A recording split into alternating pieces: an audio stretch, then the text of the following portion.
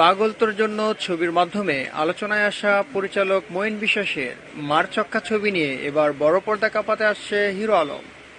ইতিমধ্যে ছবির শুটিং শেষ হয়েছে। এ প্রজন্মের তরুণ তরুণীদের কাছে তুমুল আলোচিত এই হিরো আলমকে মার চক্কা সিনেমাটিতে দেখা যাবে একটু ভিন্ন রূপে। সিনেমাটিতে দর্শকরা খুব শিগগিরই সিনেমা হলে দেখতে পাবেন।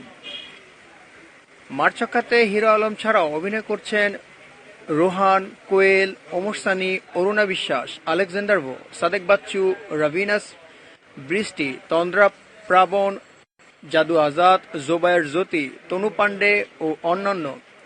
সিনেমাটি নির্মিত হয়েছে জ্যোতি ফিল্ম ইন্টারন্যাশনালের ব্যানারে।